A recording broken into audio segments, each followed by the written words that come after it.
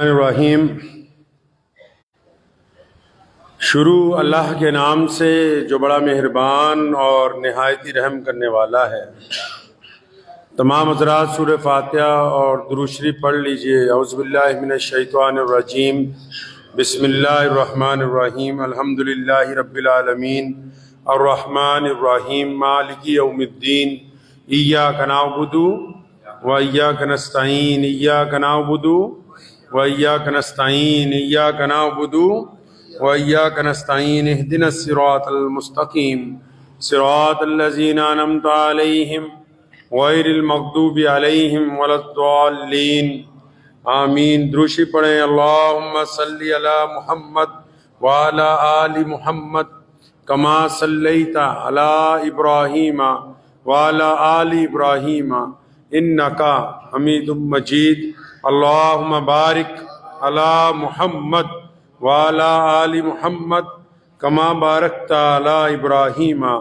وعلی آل ابراہیم انکا حمید مجید۔ تو نشان بے نشاں ہے، تو جہان سروری ہے۔ تو نشان بے نشاں ہے، تو جہان سروری ہے، تجھے دیکھنا عبادت، تیری یاد بندگی ہے۔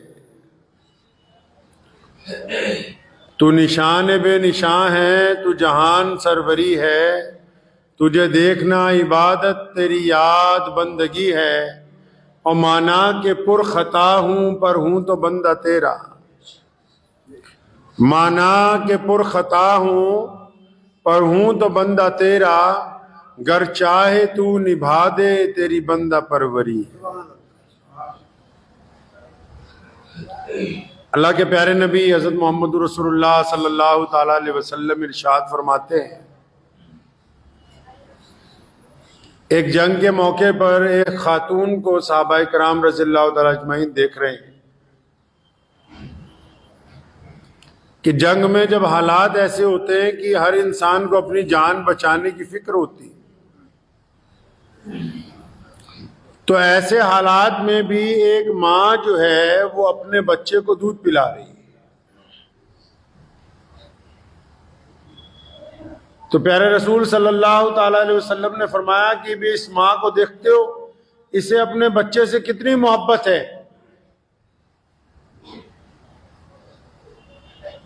تو فرمایا جو رب کریم ہے، اللہ تبارک و تعالیٰ کی جو ذات ہے، ہم سب کا جو رب ہے، جس نے اس کائنات کو پیدا فرمایا، فرمایا جو رب ہے پوری کائنات کا، جو پالن ہار ہے، قرآن پاک میں ہے نا، الحمدللہ رب العالمین۔ اللہ تعالیٰ نے اپنی صفات کے لیے جس لفظ کو محبوب ترین سمجھا وہ لفظ رب ہے، اور فرمایا میں تو پورے عالم کا پالن ہار ہوں۔ یہ تو نہیں کہا بھی کسی خاص مذہب کے لوگوں کا،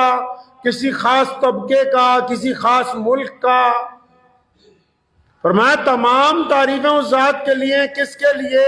فرمایا جو تمام جگ کا پالن ہار ہے۔ تو نبی علیہ السلام نے فرمایا کہ وہ جو رب جو تمام کائنات کا پالن ہار ہے، صحابہ سے فرمایا اس ماں کو دیکھتے ہو کہ اسے اپنے بچے سے کتنی محبت ہے۔ یعنی حالات دیکھو، جنگ کے حالات ہیں،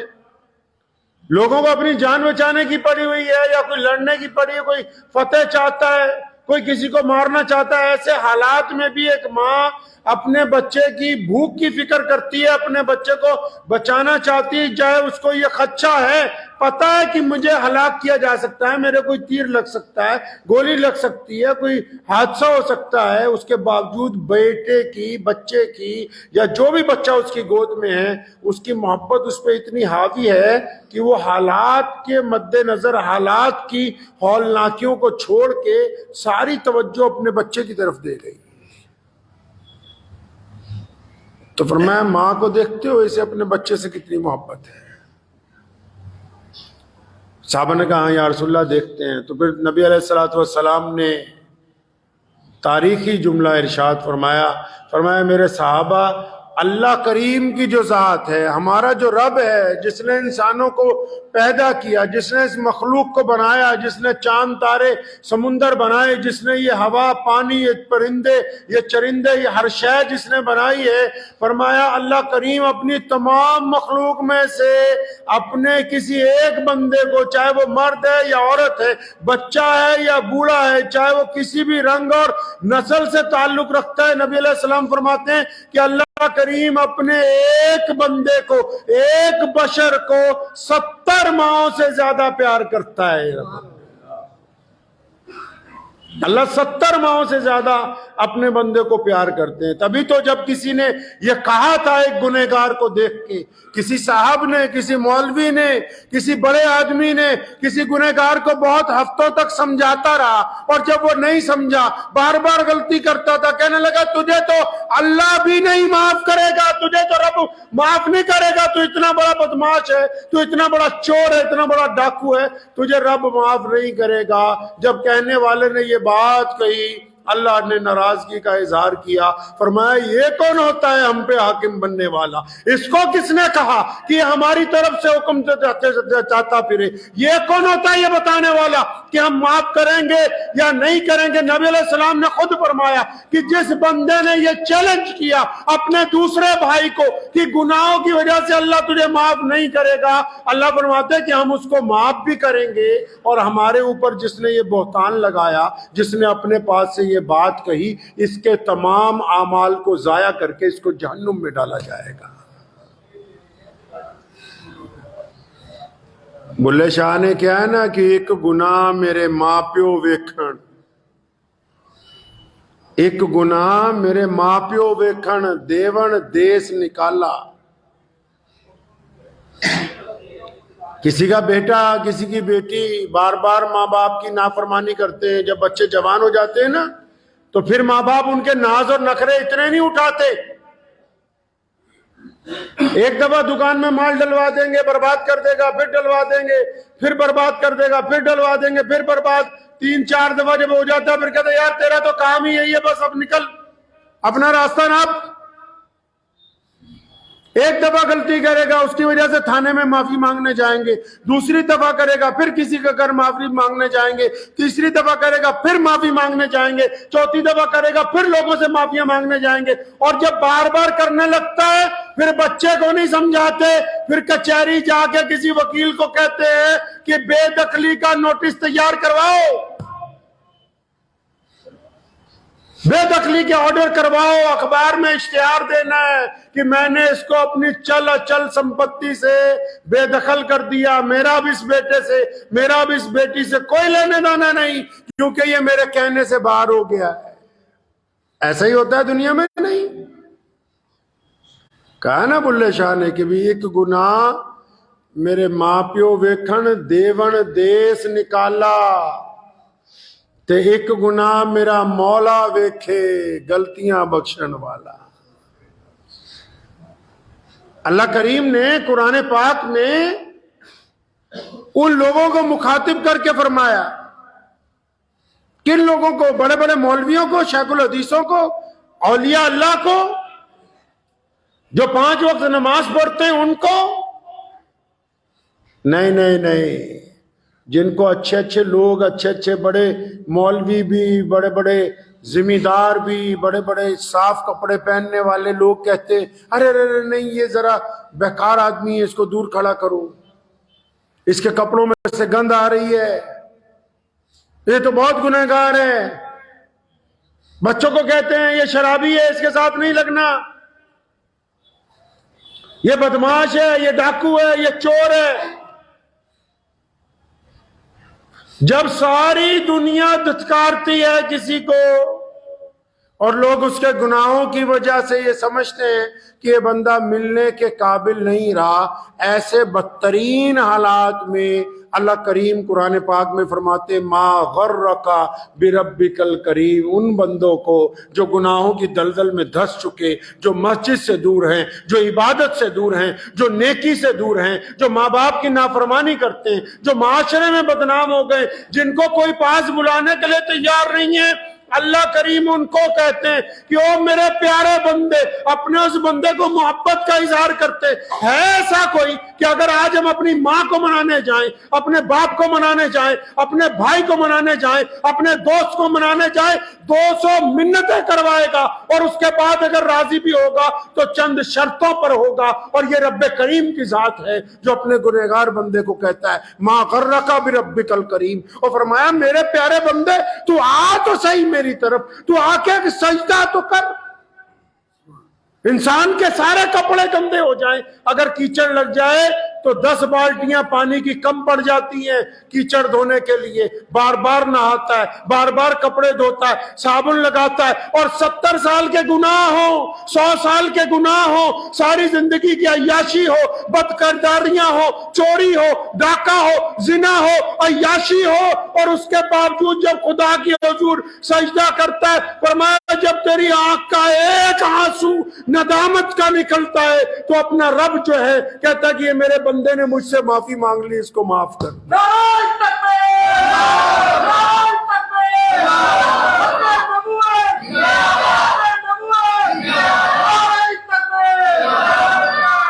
سیدنا موسیٰ علیہ السلام،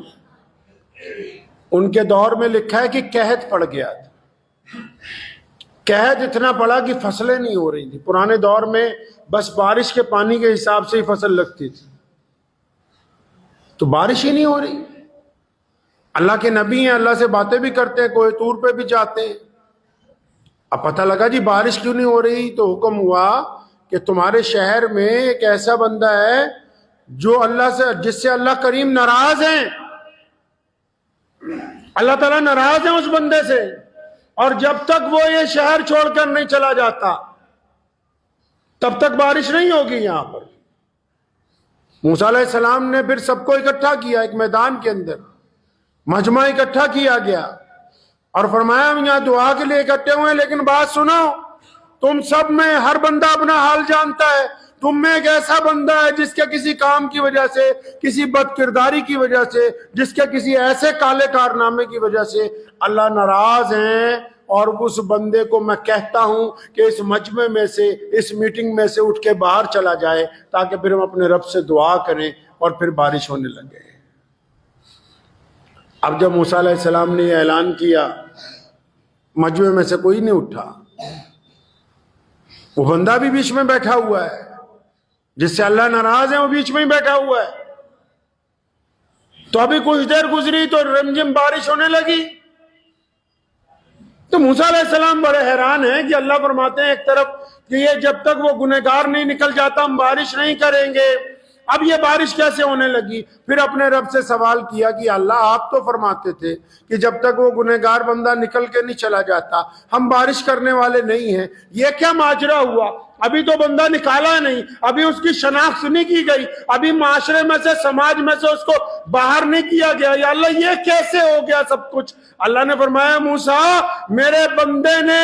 جب تو اعلان کر رہا تھا نا، اس کی آنکھوں سے ندامت کے آنسو جاری ہو گئے، میرے بندے نے میرے حضور توبہ کر لی، میرا بندہ میرے آگے سجدے میں گر گیا، میرے بندے نے مجھ سے وعدہ کیا کہ میرے رب آج کے بعد میں یہ گناہ نہیں کروں گا۔ ادھر اس کی توبہ آئی ہے اور ادھر ہم نے بارش جاری فرما دی۔ موسیٰ علیہ السلام نے فوراً اگلا سوال داغا، فرمایا یا اللہ ان میں ہے کون سا؟ ان میں وہ بدماش کون سا تھا؟ ان میں وہ چور کون سا تھا جس نے وہ بدماشی کی تھی؟ اللہ فرماتے موسیٰ ہم یہ نہیں بتاتے، یہ ہمارا اور ہمارے بندے کا معاملہ ہے۔ رب جب اپنے بندے کے ساتھ معاملہ کرتا ہے تو اس کی بے عزتی نہیں ہونے دیتا ہے۔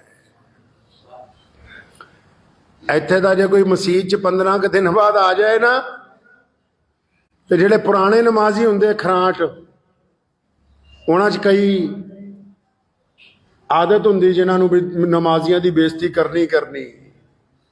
کوئی 15 کے دن بعد آ جائے نوجوان، کوئی بھلا بٹکا، اچھا ہاں بھائی تو اج منہ کدھر چکیا ہے؟ یہ حاکم لگ گئے، یہ جانتے ہیں کہ اللہ تبارک و تعالیٰ کس کو معاف کرنے والا ہے، کس کو نہیں معاف کرنے والا۔ حکم ہوا، فرمایا لوگوں کو اپنے رب سے اس طرح نہ ڈراؤ کہ وہ پھر اپنے رب کی طرف نہ آئے، اپنے پاس سے فیصلے نہ سناؤ۔ اللہ تبارک و تعالیٰ کریم ہے، اپنے بندے کو معاف کرنے والا ہے، بندہ کیا ہے؟ بندے کو یہ پتہ ہی نہیں کہ رب کے پاس نعمتیں کون کون سی ہیں۔ اللہ تبارک و تعالیٰ اپنے بندوں کی مدد کس کس طریقے سے کر سکتے ہیں۔ ایک بندہ جو ساری زندگی گناہ کرتا رہا، گانے گاتا رہا، گاؤں گاؤں میں جاتا ہے، بین بجا کے گانے گاتا ہے، لوگ اس کو پیسے دیتے ہیں، جب 70-80 سال کا ہو گیا، بوڑھا ہو گیا، اب آواز نے ساتھ چھوڑ دیا، دم نہیں ہے پھیپھڑوں میں بین بجانے کا، مدینہ منورہ کے پاس ہی کہیں رہتا ہے، اتنے حالت خراب ہو گئی۔ ایک بات اس بات پہ ذہن میں آئی، یاد رکھ لو دنیا کے جتنے رشتے ہیں یہ مطلب کے ہیں۔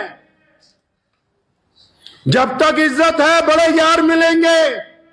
دولت ہے بڑے یار ملیں گے، جوانی ہے بڑے یار ملیں گے، ہنڈیا میں قورمہ پکڑا بڑے یار ملتے رہیں گے، پیسہ دولت ہے تو بتیری عورتیں متوجہ ہوں گی،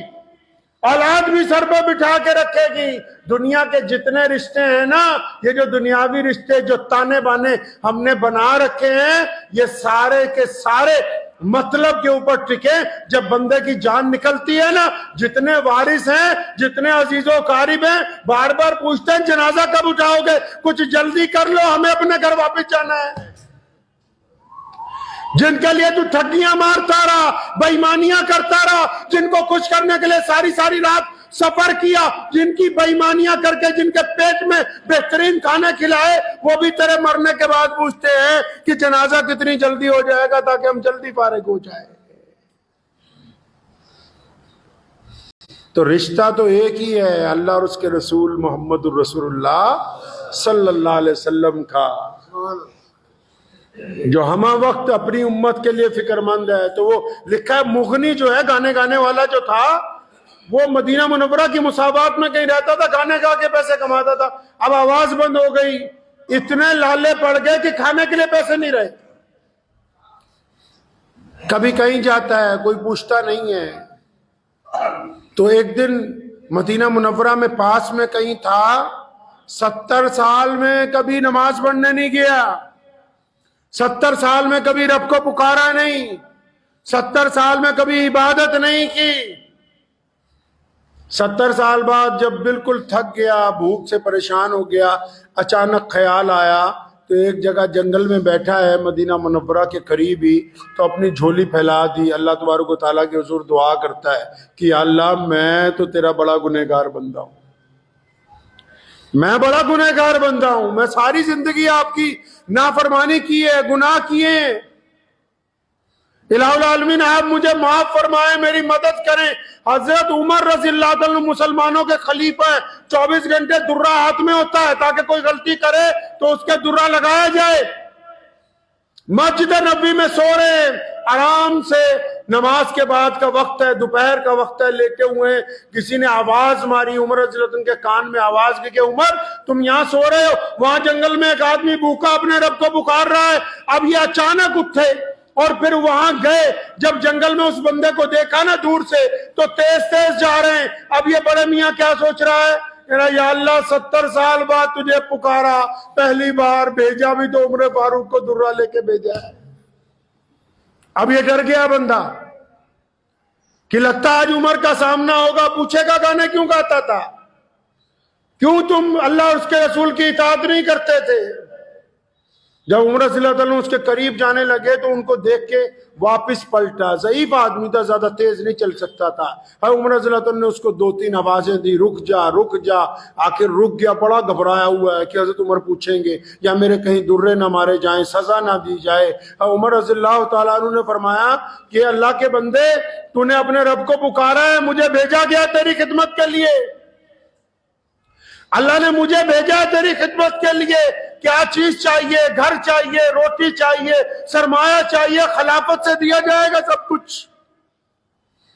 جب اس بوڑھے آدمی نے یہ بات سنی نا کہ مسلمانوں کے امیر المومنین میری خدمت کے لیے آئے ہیں نا، تو زمین پہ بیٹھا، پھر رونے لگا، پھر دونوں ہاتھ اپنے رب کی طرف اٹھائے، فرمایا یا اللہ میں نے تو 70 سال تجھے پکارا ہی نہیں، اور 70 سال بعد پہلی دفعہ تجھے پکارا ہے، پہلی دفعہ توبہ کی ہے، اور تو نے امیر المومنین عمر بن خطاب جیسے عظیم الشان انسان کو میری خدمت کے لیے بھیجا ہے۔ اپنے رب کا شکر اس طرح ادا کرنے لگا کہ وہیں پر جان نکل گئی۔ اللہ تبارک و تعالیٰ کے حضور پیش ہو گیا اور حکم ہوا کہ جب میرا کوئی بندہ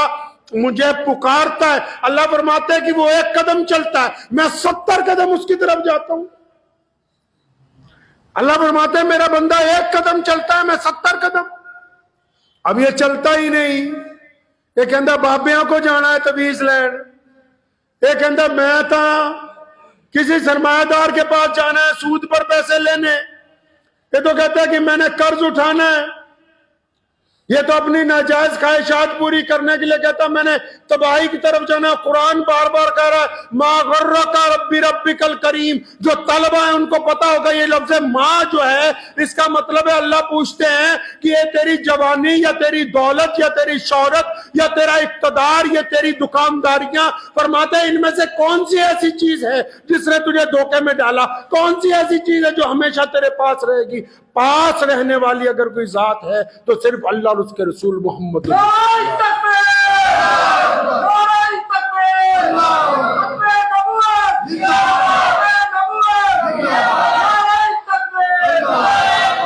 اب مسئلہ یہ ہے کہ بندہ گناہ کرتا ہے پھر توبہ کرتے ہیں، جب توبہ کرتے ہیں کچھ دن بعد پھر گناہ ہو جاتا ہے۔ بنی اسرائیل کا ایک فرد ہے، روز گناہ کرتا ہے، روز معافی مانگتا ہے۔ کسی نے پوچھا یا رسول اللہ کب تک توبہ کا دروازہ کھلا رہے گا؟ فرمایا جب تک تمہاری سانسیں چل رہی ہیں، جب تک تمہارے میں اللہ نے زندگی۔ اللہ فرماتے ہیں آنا تو ہے ہی میرے پاس، کفن میں منہ چھپا کے کیوں آتا ہے؟ زندہ چلتا پھرتا آنا تو ہے اللہ کے حضور۔ اور جب آنا ہے اللہ کے حضور، اگر زندہ آتے رہیں گے تو پھر کفن کے اندر جب جائیں گے تو اللہ فرما دیں گے کہ میرا دوست آ رہا ہے، فرمائیں گے میرا دوست آ رہا ہے۔ اللہ کے دوستوں کو کوئی پرواہ، اللہ کے دوستوں کو کوئی پرواہ نہیں ہوتی زندگی کی اور موت کی۔ اس بات پہ مجھے والد محترم مرحوم ہمارے شاہی امام مولانا حبیب الرحمن ثانی لدھیانوی رحمۃ اللہ علیہ، آپ لوگوں نے جنہوں نے انہیں دیکھا ہوگا تو مجھے ایک بات یاد آ گئی۔ تو جہاں تشریف رکھتے تھے بیٹھے ہوئے تھے ایک دن انتقال سے 3 مہینے پہلے، تو مجھے اچانک بلایا، میں تھا، قاری الطاف الرحمان صاحب تھے یا مستقیم بھائی، 2-3 لوگ ہم بیٹھے ہوئے تھے۔ تو اچانک مینوں کہنے لگے، کہندے یار اسی جد مرنا ساڈا حساب نہیں ہونا، اور پھر رونے لگے۔ میں کہا کیا بات ہوئی؟ وہ فرمایا جنہوں کی اللہ سے دوستی ہو، جن کی گورنر ہاؤس میں پہچان ہو، جن کی پردھان منتری سے جاری ہو، جن کی اچ ادھیکاریوں سے جاری ہو، ان کی کار کو بیریئر پہ روکا جاتا ہے، ان کے لیے چیک پوسٹوں کے اوپر روکا جاتا ہے کبھی ان کو؟ ان کی گاڑیاں تو سیدھی دروازے تک جاتی ہیں۔ جنہوں نے اللہ سے دوستی کر لی، انا اولیاء اللہ لا خوف علیہم، اور فرمایا جنہوں نے اللہ سے دوستی کر لی پھر ان کا کوئی خوف نہیں ہے، کوئی ڈر نہیں ان کے دل کے اندر۔ زندگی کا لطف یہی ہے کہ ہم اللہ سے دوستی کریں، اور اللہ سے دوستی تب ہوگی جب بندے کو یقین ہو کہ میرا ایک رب ہے جو مجھے دیکھتا ہے، جو مجھے واچ کر رہا ہے، جس کے سامنے میں ہوں، جو اندھیرے میں بھی مجھے دیکھتا ہے، روشنی میں بھی دیکھتا ہے، اور جو شاہ رگ سے زیادہ قریب ہے۔ جو میں دل میں سوچتا ہوں جب بندہ توبہ کرتا ہے نا، فرشتے بیچ میں تھوڑی سی تنکا مارتے، تنکا سمجھتے ہو، پنچ کرتے ہیں، یا اللہ یہ تو ڈر کے معافی مانگ رہا ہے۔ اللہ فرماتے ہیں نہیں، مجھے پتہ ہے۔ فرشتوں کو کہتے ہیں تمہیں یہ بھی نہیں پتا کہ جب میں معاف کر دوں گا یہ پھر یہی کرے گا بعد میں، لیکن میں معاف کرنے والا ہوں۔ یہ میرا بندہ معافی مانگنے آئے تو صحیح، اپنے گناہوں کی طرف تھوڑا متوجہ تو ہو۔ اور جو لوگ مسجد نہیں آتے نا، وہ یہ نہ سمجھا کریں بھی ان کا مسجد میں آنے کو دل نہیں کرتا۔ سید اللہ شاہ بخاری رحمۃ اللہ علیہ کو ایک نوجوان نے آ کے پوچھا، بڑے اللہ کے ولی تھے، فرمایا شاہ جی مسجد چان نو دل نہیں کرتا۔ اور فرمایا کملیا گل یہ نہیں ہے کہ تیرا مسجد چان نو دل نہیں کرتا، مسجد والا تینوں مسجد چ بلان لی تیار نہیں۔ اس لیے جن کو توفیق نہیں ہے سجدے کی، اللہ کی ناراضگی یہ نہیں ہے کہ آپ یہ نہ سمجھیں آپ صحت مند ہیں تو اللہ راضی ہے، پیسے آ رہے ہیں تو اللہ راضی ہے، اولاد بہت ہے تو اللہ راضی ہے، بیوی اچھی ہے تو اللہ راضی ہے۔ یہ اللہ کی رضامندی کی علامتیں نہیں ہیں۔ موسیٰ علیہ السلام نے کہا تھا اللہ سے ڈر جاؤ، تو ایک بندہ اٹھ کے کھڑا ہوا، فرمایا میں تو رب کی نافرمانی کرتا ہوں، پھر بھی جانور زیادہ ہوتے ہیں، اولاد زیادہ ہوتی ہے، مال زیادہ ہوتا ہے، خزانہ زیادہ ہوتا ہے۔ پھر انہوں نے اللہ سے پوچھا یا اللہ یہ کیا بات ہے، یہ آپ سے ڈرتا بھی نہیں اور آپ نے سب کچھ اس کو دیا ہے۔ فرمایا موسیٰ جو اس وقت کا سخت عذاب ہے وہ ہم نے اس بندے کو دیا ہے۔ یا اللہ کون سا عذاب ہے جو آپ نے اس بندے کو دیا؟ فرمایا موسیٰ جو دنیا کا سخت عذاب ہے وہ اس کو دیا ہے۔ یا اللہ وہ کون سا عذاب ہے؟ فرمایا موسیٰ ہم نے اس بندے سے سجدے کی توفیق چھین لی ہے، اس کو سجدے سے محروم کر دیا ہے، یہ عبادت نہیں کر سکتا، اب دل سیاہ ہو گیا ہے۔ تو توبہ کا دروازہ تو اب بھی کھلا ہے۔ ہمیں اپنے گناہوں کی طرف متوجہ ہونا چاہیے، اپنے رب کی محبتوں کی قدر کرنا چاہیے، اور یاد رکھیں ایک ماں اپنے بچے سے کتنی محبت کر سکتی ہے، پھر بھی وہ ایک دفعہ پریشان ہو جاتی ہے۔ وہ رب ہے جو 70 ماؤں سے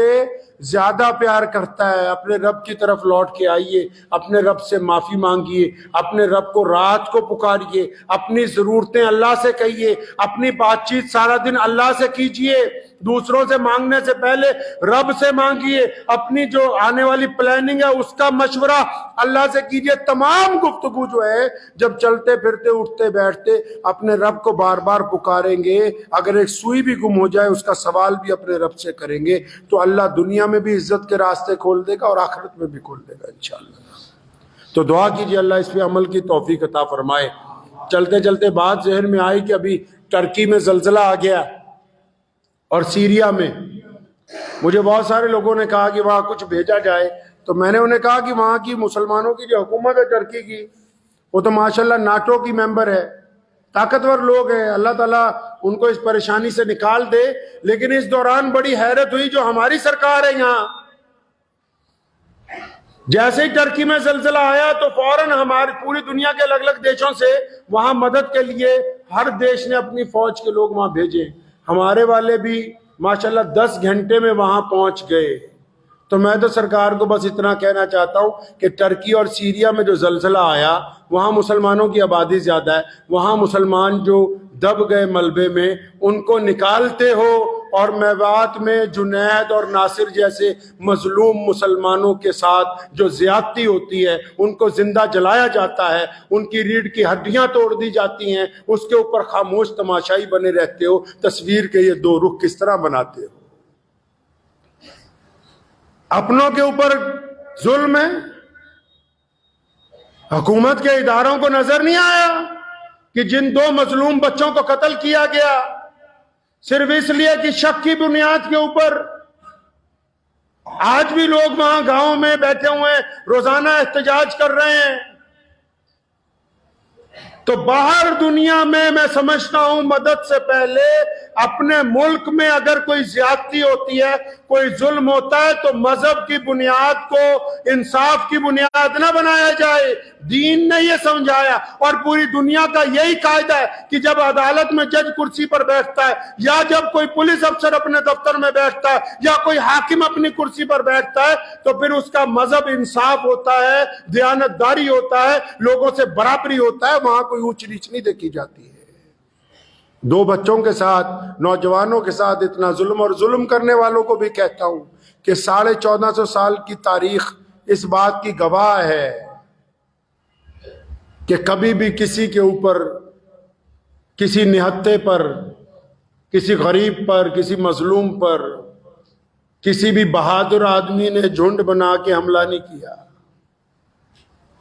ہمیشہ اگر کبھی 1-2 لوگوں کو، جنگل میں بھی اصول ہے کہ اگر کوئی ایک آدھا چھوٹا جانور پھنس جاتا ہے تو سارے گیدڑ جمع ہو جاتے ہیں وہاں۔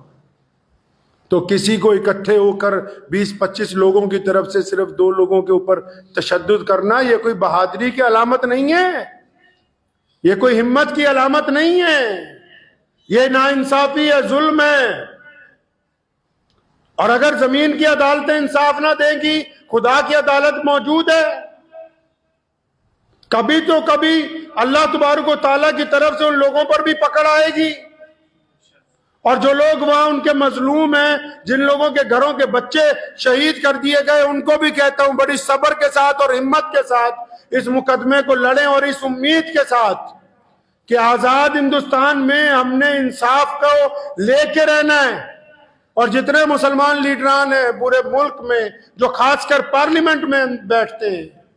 جو اپنے اپنے صوبے کی ویدھان سبھا کے اندر بیٹھتے ہیں، ان کو بھی کہنا چاہتا ہوں کہ جب کوئی ایسی زیادتی ہوتی ہے تو جن لوگوں کو جتا کے بھیجا جاتا ہے، آپ کو اس لیے جتا کے پارلیمنٹ میں بھیجتے ہیں تاکہ آپ وہاں جا کے اگر کوئی زیادتی ہوتی ہے تو اس زیادتی کا ذکر کرو، ان کو انصاف دلاؤ۔ آپ کو اس لیے نمائندہ بنایا تاکہ آپ ہمارے دکھ اور درد کو پارلیمنٹ کے اندر جا کے بیان کر سکو، اس لیے نہیں بنایا کہ آپ وہاں جا کے خاموش تماشائی بنے رہو۔ تو یہ میں گزارش کروں گا بھارت سرکار سے بھی، اور ہریانہ اور راجستھان کی دونوں حکومتوں سے، کیونکہ وہ گاؤں جو ہے جہاں پر یہ حادثہ ہوا وہ شاید راجستھان میں جہاں کے وہ رہنے والے ہیں بچے، اور جو حادثہ ہوا وہ ہریانہ میں ہے، کہ جب انصاف دیں تو آنکھوں کے اوپر کسی بھی مذہب کی کوئی عینک نہ لگائی جائے، بلکہ یہ سمجھ کے دیا جائے کہ اس ملک میں انصاف کا راج قائم رہنا چاہیے، غنڈہ گردی کا نہیں۔ وآخر دعوانا ان الحمدللہ رب العالمین۔